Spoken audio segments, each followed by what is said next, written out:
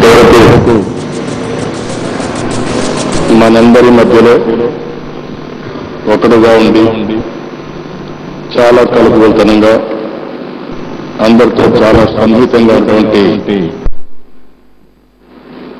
మన్నేరి వెంకటరమణ ఈరోజు లేరంటే నమ్మలేకపోతున్నాం.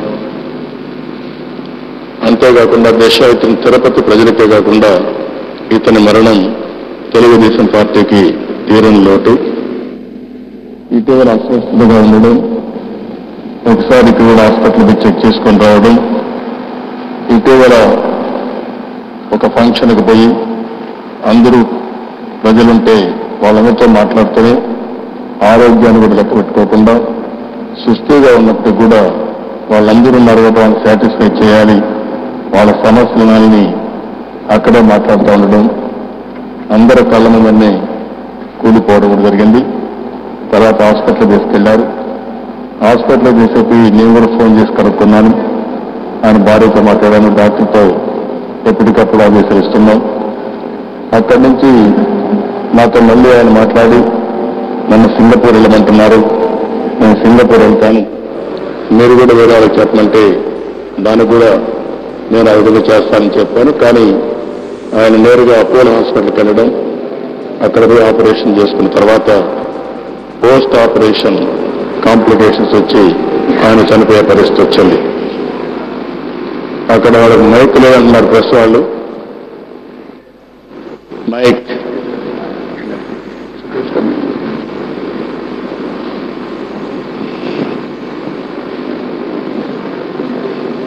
Okay, mic correct చేయండి. అక్కడి నుంచి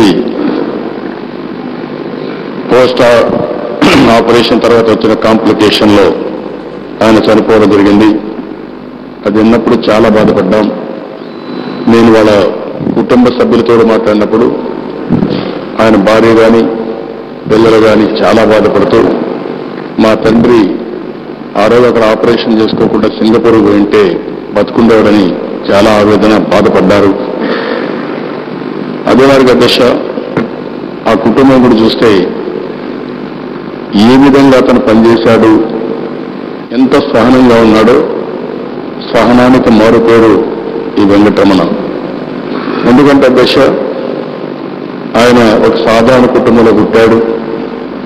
అది కూడా మీరు చూస్తే 1947 మార్చి 1న తిరుపతిలో ఒక సామాన్య కుటుంబానికి పుట్టడం, 2 పిల్లలు, 2 మూగ పిల్లలు, అందులో ఆడపిల్లలు.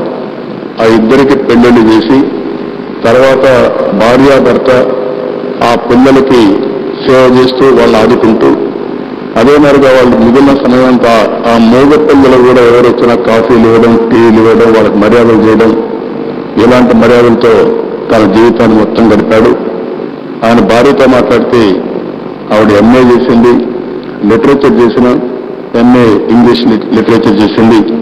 చేసినా కూడా ఆ మూగ పిల్లల యొక్క జీవితం బాగుండాలి, తిరుపతిలో ప్రజల జీవితాలు బాగుండాలని చాలా సహనంగా, నేను చాలాసార్లు చూశాను, చాలా మంది రాజకీయ నాయకులను చూశాను, కానీ సహనానికి మారుపేరు ఈ వెంకటరమణ. అదే మరిగా ఆయన భార్య కూడా సేవకు మారుపేరుగా నేను చూశాను. దశ నాకు పెద్దగా పరిచయం లేదు, కానీ ఇటీవల చూస్తే మన పోయినప్పుడు మాట్లాడితే వాళ్ళ కుటుంబ పరిస్థితులు చూసిన తర్వాత ఇంట్లో ఎన్ని ఇబ్బందులున్నా వాళ్ళు ఎంత బాగా ప్రజలకు సేవ చేశారని ఇది ఒక ఉదాహరణ మాత్రం. దశ అలాంటి వ్యక్తి ఆయన జీవితం కూడా మనం చూస్తే ఒక మున్సిపల్ కౌన్సిలర్గా ప్రారంభించి ఆయన రాజకీయ జీవితం తుడా చైర్మన్ అయ్యి మున్సిపల్ వైస్ చైర్మన్గా, తిరుమల తిరుపతి దేవస్థానం ఎక్సెప్షన్ మెంబర్గా, అదే మరిగా ఎమ్మెల్యేగా ఎనలేని కృషి చేశారు. అదే మరిగా లాస్ట్ డేస్లో కూడా చేశారు. పోయినసారి నేను తిరుమల తిరుపతి దేవస్థానానికి వెళ్ళినప్పుడు నన్ను కోరింది, హాస్పిటల్స్లో ఫుడ్ లేకుండా ఇబ్బంది ఉంది, ఒక 2 నిమిషాలు మీరు ఓపిక పట్టాలి, చెక్ చేయడానికి 2 నిమిషాలు పడుతుంది కదా, మీకోసం మీటింగ్ ఆపడం కదా, అసలు 2 నిమిషాలు ఓపిక పట్టండి. చెప్పని నోట్ చేశారు, దే ఆర్ అటెట్, ఆ పని మీద ఉన్నారు. అదే మరిగా దిశ నేను తిరుమలకి వెళ్ళినప్పుడు వాళ్ళు నన్ను కోరింది, ఇక్కడ పేషెంట్స్ ఉన్నారు, తిరుమలలో అన్నదానం చేస్తున్నాం, అందరికి కూడా ఉచితంగా భోజనం పెడుతున్నాం, పేషెంట్లకు కానీ అక్కడికి వచ్చిన పేషెంట్ల యొక్క అటెండెన్స్ కానీ బంధువులకు కానీ ఉచితంగా భోజనం పెట్టమంటే దానికి కూడా నేను ఇమ్మీడియట్గా ఇన్స్ట్రక్షన్స్ ఇచ్చి పెట్టమన్నాం. పెట్టిన తర్వాత ప్లేట్లు లేవంటే ఈయన సొంత డబ్బులు పెట్టి ఆ ప్లేట్లు వేసిపోయి ఆ ప్లేట్లన్నీ సరఫరా చేశాడు. మిగిలిన పోయిన ప్లేట్లు ఉంటే ఇంట్లో అవి నాకు చూపించి భార్య పిల్లలు బాధపడే పరిస్థితి వచ్చింది. ఆ విధంగా ఎవరికి ఏ బాధ వచ్చినా తన బాధగా భావించి ముందుకు పోయిన వ్యక్తి, నిరాడంబరుడు. ఎప్పుడైనా మీరు చూస్తే దశ సాదాసీదాగా అందరితో చాలా కలుపుగోలుగా ముందుకు పోతూ వచ్చారు. ఎవరికి కూడా ఎప్పుడు ఇబ్బంది కలిగించిన వ్యక్తి. అదే మరి ఎన్ని ఆరోగ్య సమస్యలున్నా, కుటుంబ సమస్యలున్నా, ఎన్ని ఇబ్బందులున్నా నవ్వుతూ అందరితో మాట్లాడుతూ ఎప్పటికప్పుడు ముందుకు పోయిన వ్యక్తి.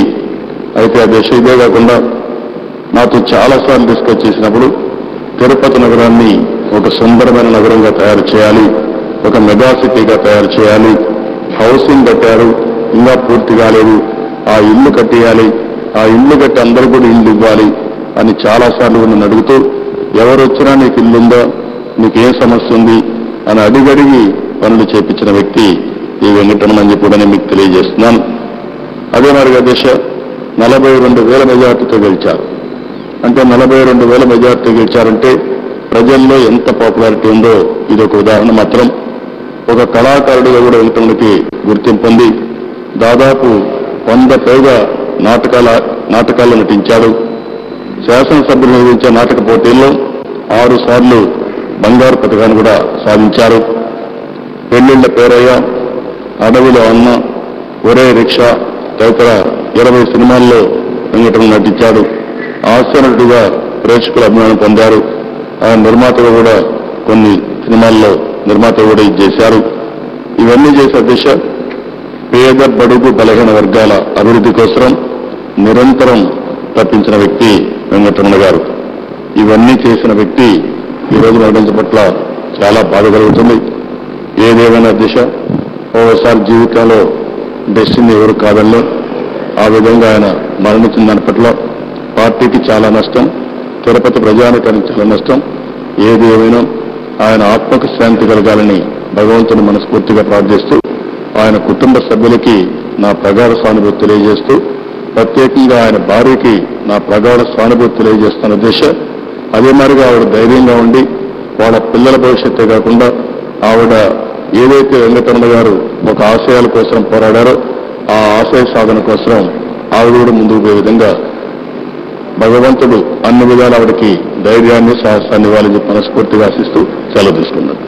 బొండా ఉమామహేశ్వరరావు.